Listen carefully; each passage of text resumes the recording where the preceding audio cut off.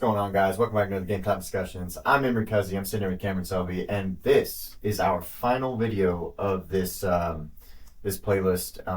We started this whole podcast on our Outlook videos for all these teams coming off of the 2024 season last year.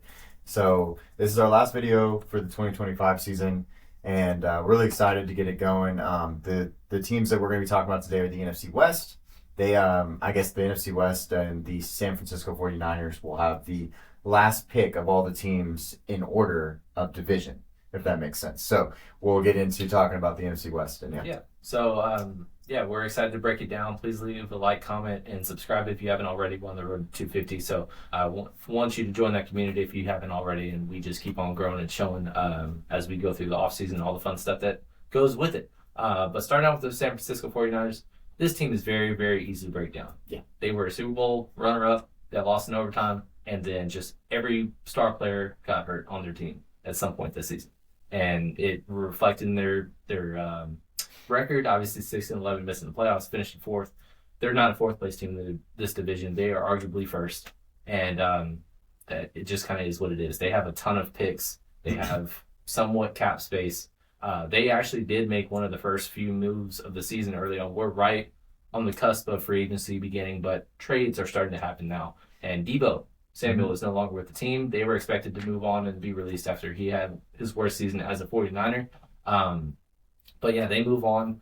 They do eat a ton of dead cap. $31 million in dead cap space is what they are eating. So they actually lost 10 spots in cap space by trading away him for a fifth-round pick. But also, Drake Greenlaw, he's another guy that came back from a significant injury towards Achilles in the Super Bowl. Late in the season was looking really, really good.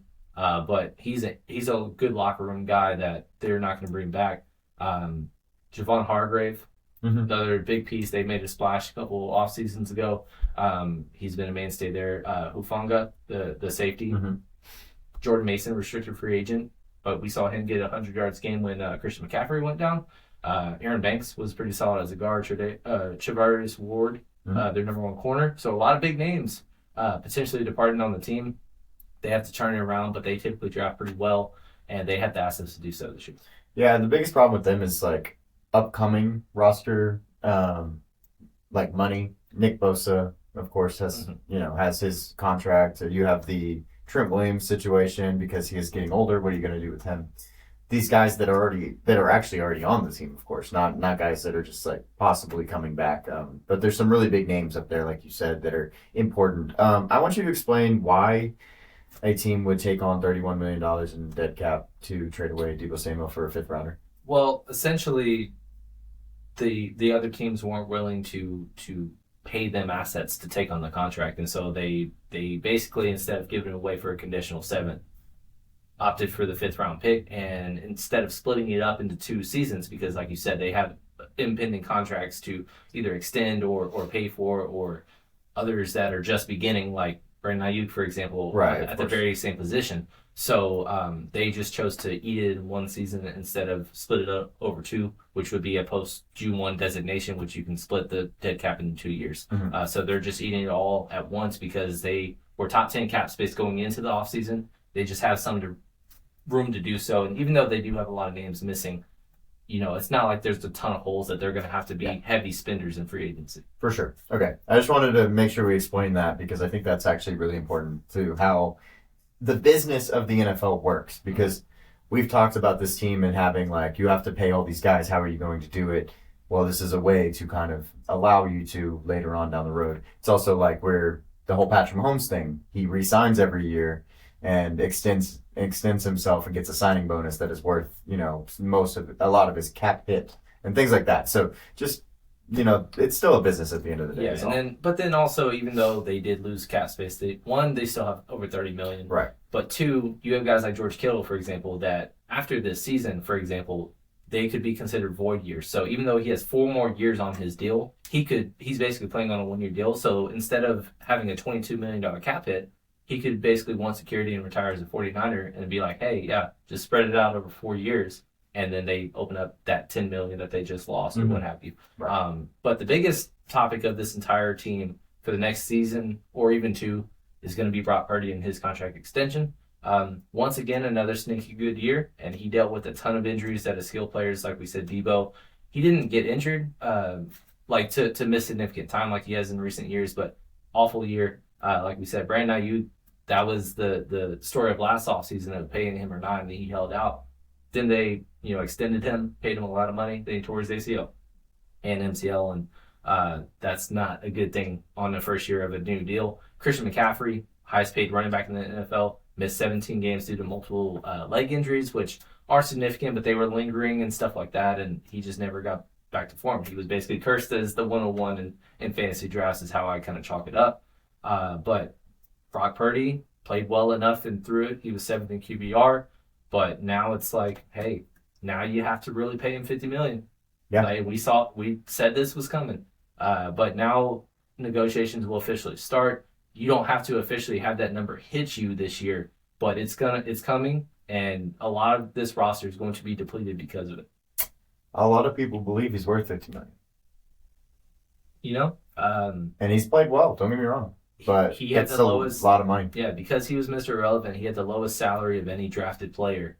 That's what allows for the this first team 4 years, to and be that's put why together. they were able to make multiple NFC Championship appearances, a Super Bowl appearance with him. Basically every year that their team has been healthy, other than this year, they made the NFC Championship game. He's been way underpaid, but at the same time now it's like you got to pay him according to the market because of all these extensions that have just happened, and that's really going to shake things out because that means you can't afford a Christian McCaffrey in 2 years, and you're going to have to cut him or move on from him faster than you would want to.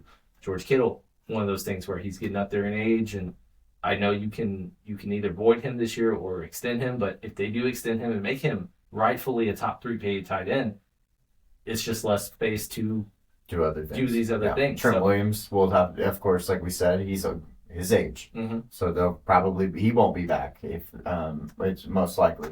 So yeah, there's a lot of, the business of it, the San Francisco 49ers kind of fit that bill, but they're going to be better than 6-11 next year, in my personal opinion. For sure. And so they have the easiest strength schedule Yep. by far of any team. They only have to play 4 2024 playoff teams out of 17 games. So that's pretty strong. Last year, the NFC South, the frustrating thing was they were by far the worst division, and we were like the easiest strength of schedule for basically all of them. Mm-hmm. And it's like, okay, they're all going to be better, but this is like a legit contender in the NFC that also has the easiest strength of schedule. So they are going to be back with the vengeance this year and be back in the 10 to 12 win range. And even if they aren't as good of a version of what they have been in years past, basically they got a 1.5 year window before things truly need to be reshaped on this roster. And so I expect them to take advantage of that, at least in the short term. Yep. I think this could be a lot of eggs in a basket kind of thing this year because of the fact that they're, have that schedule, have the upside, have all the things to make a run. They would be possibly the number 1 team in the NFC, especially with the schedule. And then, get the home games, the bye, all that stuff. So are you ready for me to go over? Real quick, I just wanted to look up the Super Bowl odds right now because of them coming off of 4th place. I'm actually intrigued on how low they rank. So of all NFC teams, they're still actually, what is that, 3rd? That's not bad, but 16-1 is much lower than they've been in recent years in the preseason at this very point. So they're just above Washington, but at the same time, that's just pretty wide compared to what I think they will be once we get down to the nitty-gritty and start doing predictions and stuff. For sure. Going to the next team, and the Arizona Cardinals, we said, oh, well, they're going to be heel. They're going to hurt. Some teams are going to have a hard time with them. They're going to be a pain in the butt. Well, they were. They won some games they probably shouldn't have won. They've lost a lot of games that they should not have lost. Most likely, it's just one of those teams that, honestly, I would hate being a fan of. Sorry, Dustin, I know you're watching. I would have such a hard time being a fan of this team. I'm a Raiders fan, but we're 2-15, and I know what we are. This is a team that's better than that. They were the most annoying team to find bullet points for. I believe it. When doing slides. And the reason is because they are basically middle of the pack in every single stat that you can think of. Whether it's total defense, total offense, points scored, points allowed, turnovers, this, that, and the other. They're somewhere between 12 and 18 on everything. Yep. They've got good pieces here. They've got okay pieces. They're not terrible anywhere. They're not great anywhere. They're just there. And they're just survive. The epitome of a 500 team. but they're solid. But from a week to week basis, it's annoying watching them play. And we had a lot invested in like Trey McBride and Marvin Harrison. The annoyance of watching them not utilize those guys Either of them. It was infuriating. And Kyler came back off a ACL, and at the end of last season, so he wasn't himself. This was his first full season back. He had a career best QBR for what it's worth, but he really struggled in the red zone throwing to Trey McBride. He really struggled with Marvin Harrison. They were like 100th in terms of like accurate targets for Marvin Harrison, but he still, from a PFF perspective, was one of the top 30 receivers, which I know that's not saying much being a top 5 pick and all the guys hitting 1,000 yards as rookies that he did not. So Trey McBride, until week 17, did not have a receiving touchdown. Yeah. Like, those kinds of things are just annoying. Week 1, I watched them run the ball 12 straight times. And there was a time when I think it was like 3rd and 8. They were down like 3. Mm-hmm. Or no. I'm sorry. They were down more than 3 They were between 4 and 6 points. So they were down a touchdown in the 4th quarter. And then on 3rd and 11, they just run. Oh, I remember that. I do remember. And it's just like those kind, the lack of aggression. It's just it's infuriating to watch them. Especially if you have skin in the game from a fantasy perspective. Well, we've talked about it in the past. There's certain teams that like players go to die. Like, you get drafted there and you go to die. And I didn't expect Arizona, to be so consistently that, because you look at Byron Murphy, who we've talked about in future or past episodes and stuff like that. But like, I don't want that to be Marvin Harrison, man, because he's too good at football. He's just so good at football. And we have to get something figured out when 100th accurate throws, man. That's just terrible. And again, even though Kyler is a really solid quarterback, I need at some point for him to become like a dominant force, and he's just kind of like existing, right? Like on talent, like borderline top 10-ish talent, but then plays like a 10 to 12th best quarterback, but he doesn't elevate you at all. And I'm just waiting for a former first overall pick that just completed his 6th season to finally take over to be like, okay, we're winning in spite, because any top 5 quarterback with that exact roster is a playoff team. And I just don't understand why, at the midpoint of the season when they went into their bye, week 11, they had the lead in the West.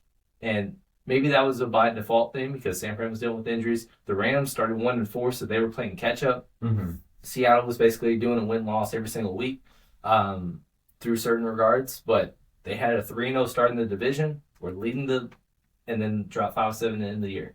And it just feels like that's happened way too often with their teams, where they just kind of start off well or better than expected, and then they just kind of end with a dud. And it's kind of like, at some point, something's got to give because you just can't keep on just doing the same old thing. One of the most inconsistent teams of football, if you ask me. Absolutely. So that is your Arizona Cardinals. Let's go to the team that won 10 games and didn't make the playoffs. That is a sad sight, to say the least, because when you win 10 games, man, you should make the playoffs.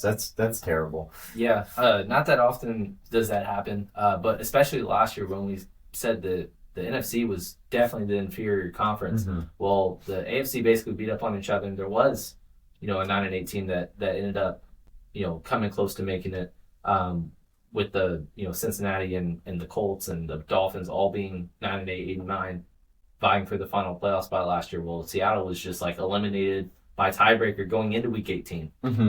And it's just like, that's unfortunate with what they have to do. They're a good team. First year under Mike McDonald, I didn't know how that would go because Pete Carroll was one of the longest tenured head coaches. Mm-hmm. Did pretty fine. 10 wins was really solid. I was surprised that they let go of Ryan Grubb offensively. Yeah, I agree. But Clint Kubiak was a guy, hot name, that was making the Saints have average 40 over the first 2 games. And so he's a bright mind and has grown up basically in the NFL with Gary Kubiak, his dad. And so essentially it's one of those things where, they're a good roster, but there's some holes. Mm-hmm. And, we'll just have to see how they address them. The one thing is they don't have the cap space to just make big splashes. Yeah. I met Gary and Clint Kubiak once at a coaching convention thing. It was really cool. Like while I was in college, while I was coaching college and as a GA and stuff, and they were really nice guys. Gary did a full like presentation on zone blocking and zone running, and I was like, this is peak. This is it right here. So no, very good people. But yeah, Seattle. We have so. Of course, Dustin is an Arizona fan. Everybody knows Dustin from the show, but we have another friend that is a Seattle Seahawks fan, and of course, we're like, oh, your team's gonna, not be as good this year, yada yada yada. Well, then they go 10-7, and then the perfect epitome of who like our buddy is they don't make the playoffs at 10-7. They don't make the playoffs. He fits like it. It was so perfect for his personality and like kind of how that all goes together. But this team's good. They have some issues, of course, like every other team, but they have, negative cap space. That's a big problem. But they don't have a ton of like holes and things they need to fix. They have a quarterback that, of course, could be upgraded, but we've talked about it in the past. Smith didn't play terribly. He's just not elite. So other positions have to bring them up, Yeah, and kudos to him. I was wrong on. I thought it would be a 1 year, and then just like, after his, comeback player of the year, which I don't like that you're coming back from being bad. Right. Like, it's not like he's coming back from an ailment or something like that, but at the end of the day, he did well and he revised his career, but I thought it was a short-term thing, and he just keeps on doing well.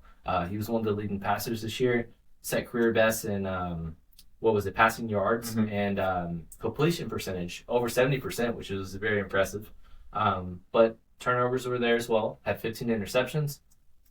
At the end of the day, I just don't know what their long-term plan is. And that's kind of the one thing with this team is like it's good enough to kind of make some extra splashes and moves, but there's, like you said, no cap space and there's no long-term answer there. And you still don't know coaching-wise, even though they did have a good first year, if this is something that's going to be here for the future. Yeah, I think this is a situation where they possibly are willing to take a project quarterback in the draft, like a Jackson Dart, and have somebody as an heir apparent. They might, there's some ways to get around it, but and like extension and stuff like that. I think Leonard Williams is one of the guys that they can like put some money later on in his career and stuff. DK might be gone. That is a big thing, actually. That's something we haven't even talked about. So let's add that too. But. So there was a rumor during because we are just fresh off of the end of Combine Week, and there was like a big rumor of Green Bay making an aggressive pitch, and then all of a sudden there's like no pitch at all that was even contacted. Either way, his name's out there. Yeah. And I did say, and I don't even remember the video, but DK was one of those names that I wouldn't be shocked if they moved off of. And basically, if you look at their cap situation, I know they have negative cap space on the screen. They have $62 million in cap hit between Tyler Lockett and DK Metcalf. Mm-hmm. They're probably both gone.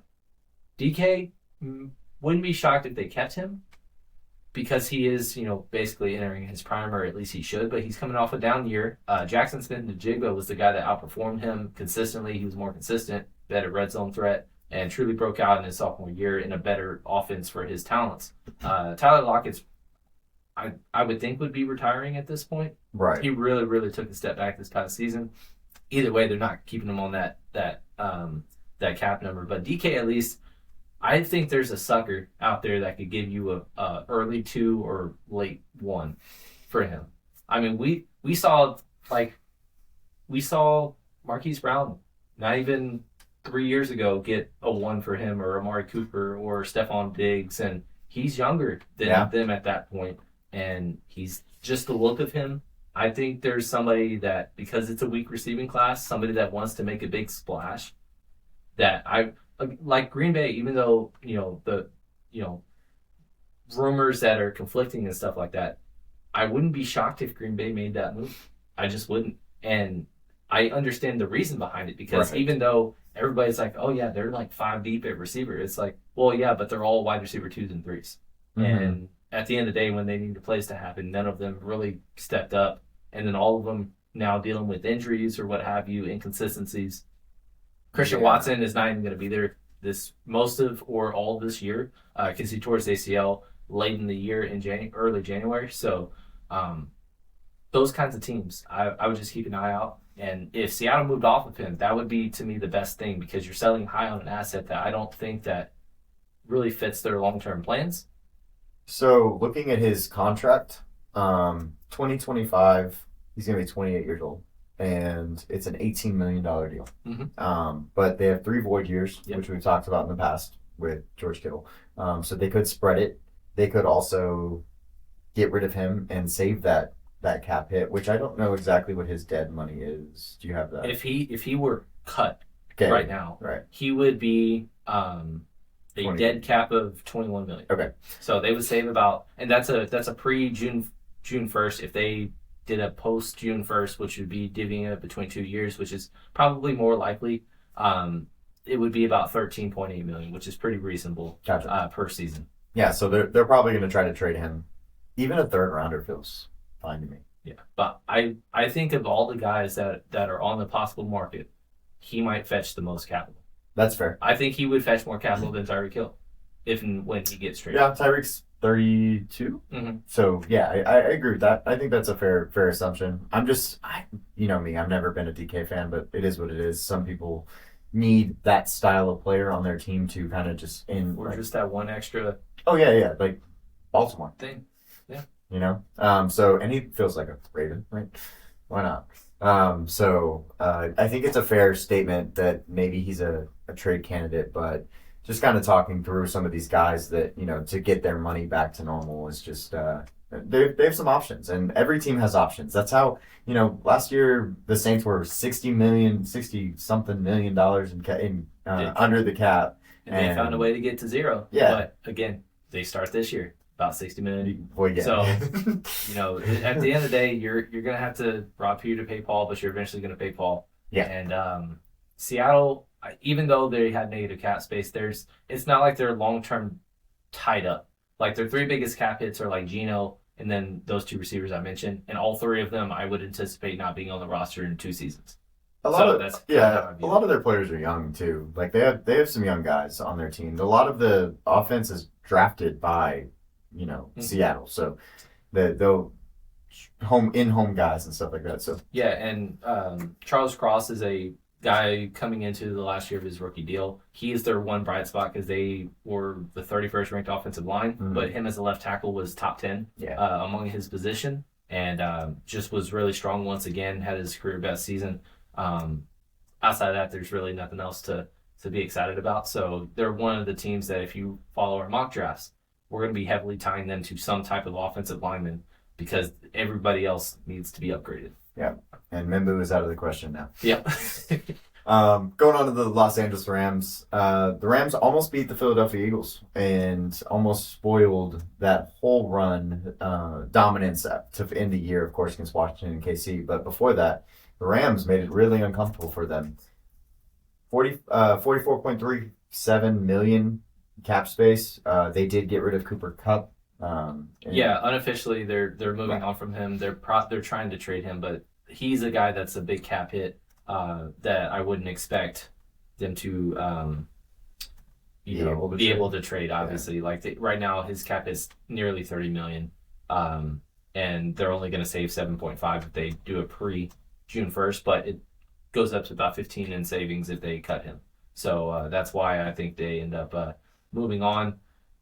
It's unfortunate because it just feels like it came out of nowhere from just like, oh, this guy's getting 15 targets a game and being awesome, to, I know he has injuries. He's always had injury history, but to just be a non-factor the way he was down the stretch was very weird because he was on the field and he just was like 1 target a game, kind of like demoted to like a DeMarcus Robinson-esque role. And I just thought that was pretty unfortunate because, like I said, we're 4 years removed from him being a Triple Crown winner.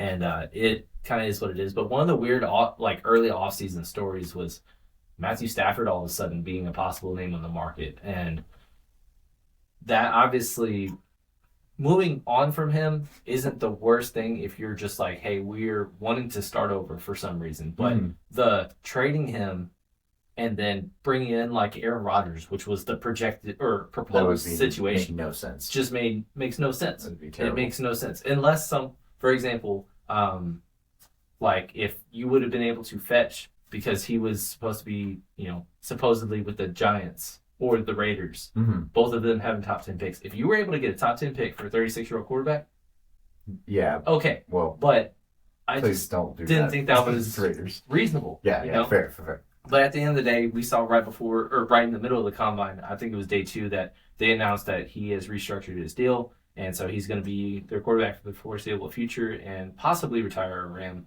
But at least over the next 2 seasons of their current window, he will be their signal caller. And I think that's exciting to see because he really kind of started lighting it up once again. And he's just been one of the most underrated playoff quarterbacks just because we haven't had enough of a sample size. But he had the Eagles on the ropes. Oh, yeah. In a game that they had no business being in We almost- the snow, on the road. We almost called that. So it was awesome.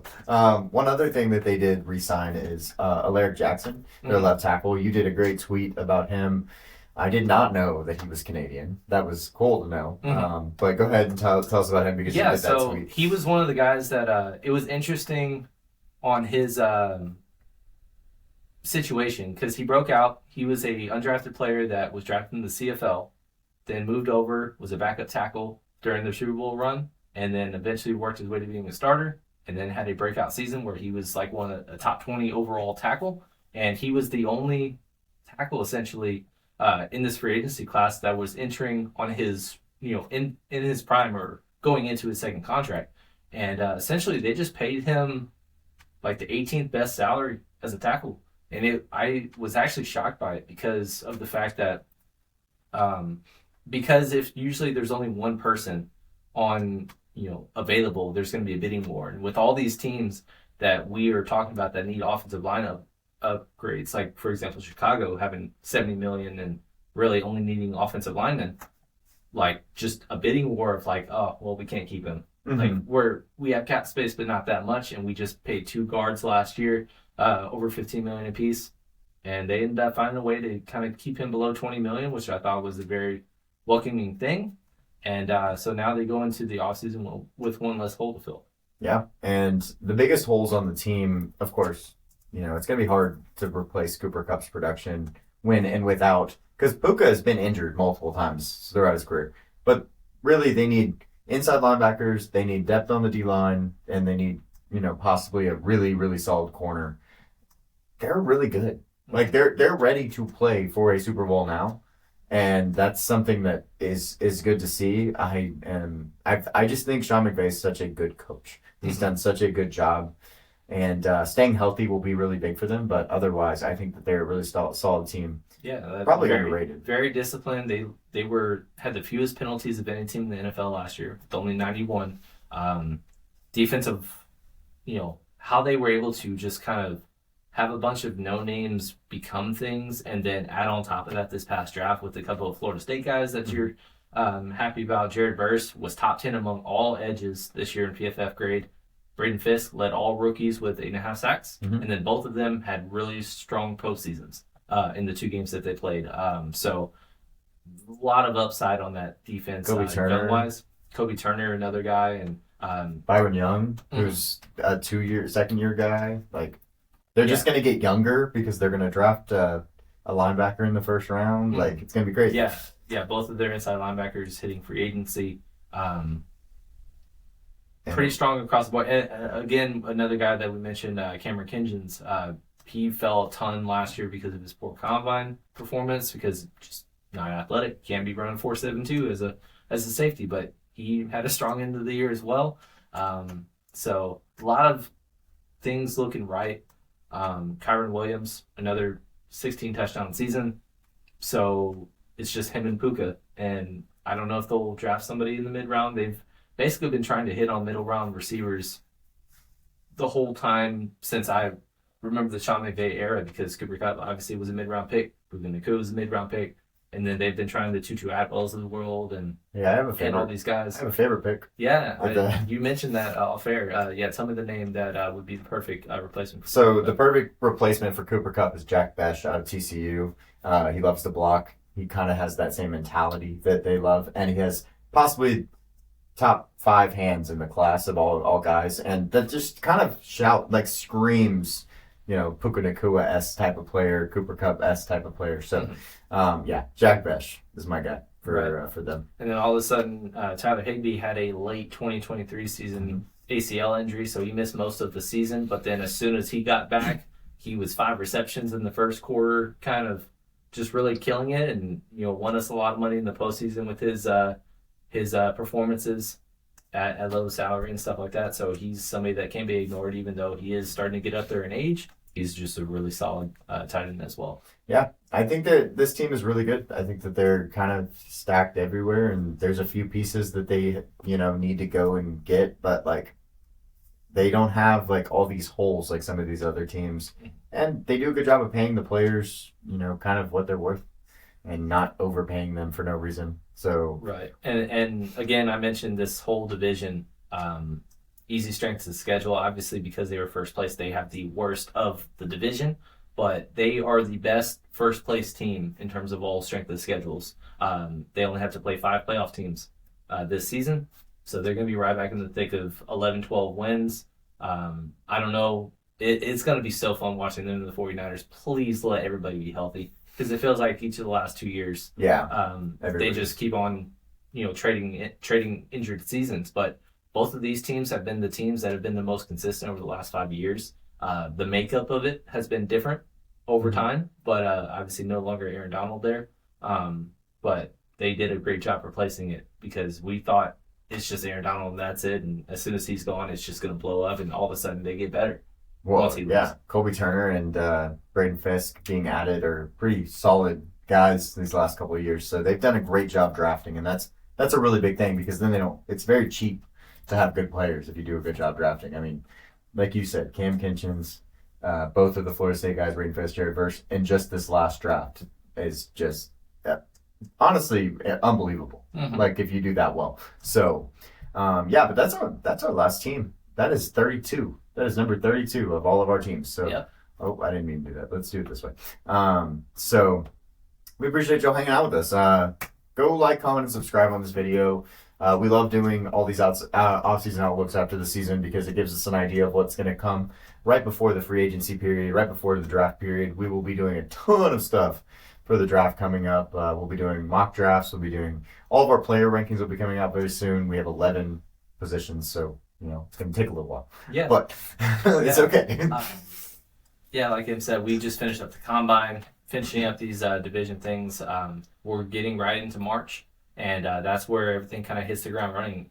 The 10th of March, which is a week from, basically, when is this being released? So it'll be like 5 days. 5 days. Today, so from basically, 5 days from this video is essentially when free agency is starting. Yes. And so those are blockbuster things.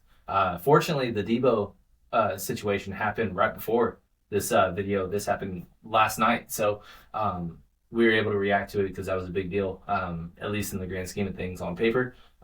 So we're going to be reacting to all kinds of stuff. We expect a lot of movement via the trade market, because the free agency market is going to get very weak very fast, because everybody gets a franchise tag. And when, Trey Smith is being franchised by a team that doesn't have cap space, and then Larry Jackson's off the market all of a sudden, I saw Oso Digizua is going to be franchised by Dallas. So those kinds of guys are off, and so it's like, okay, well, if we're going to make splashes, we got to trade for stuff. And so those are things that are kind of out of nowhere, jaw dropping. Yeah, those are the fun things. So we'll be doing more reaction videos, couple minute videos. Either Cam or myself will do them, and just kind of give y'all our take on, like, hey, this happened, this is what we think, this is how it impacts, yada, and then y'all get to check it out. So it'll be fun to do all this stuff. So March, we're tacking heavy on the positional rankings for the draft. We just did our big board last week, first mock draft last week as well. That crushed. I appreciate you guys doing that. Combine recap is what's coming out this week, and then now it's just kind of pro days and rankings. And then we're going to fast track, do a lot of mocks. What would we do? All that fun stuff, hypotheticals that people just no merit, but just fun to talk about and kill time, because it's just love talking about football. Absolutely. So we appreciate y'all, And we'll see you on the next one. See y'all guys.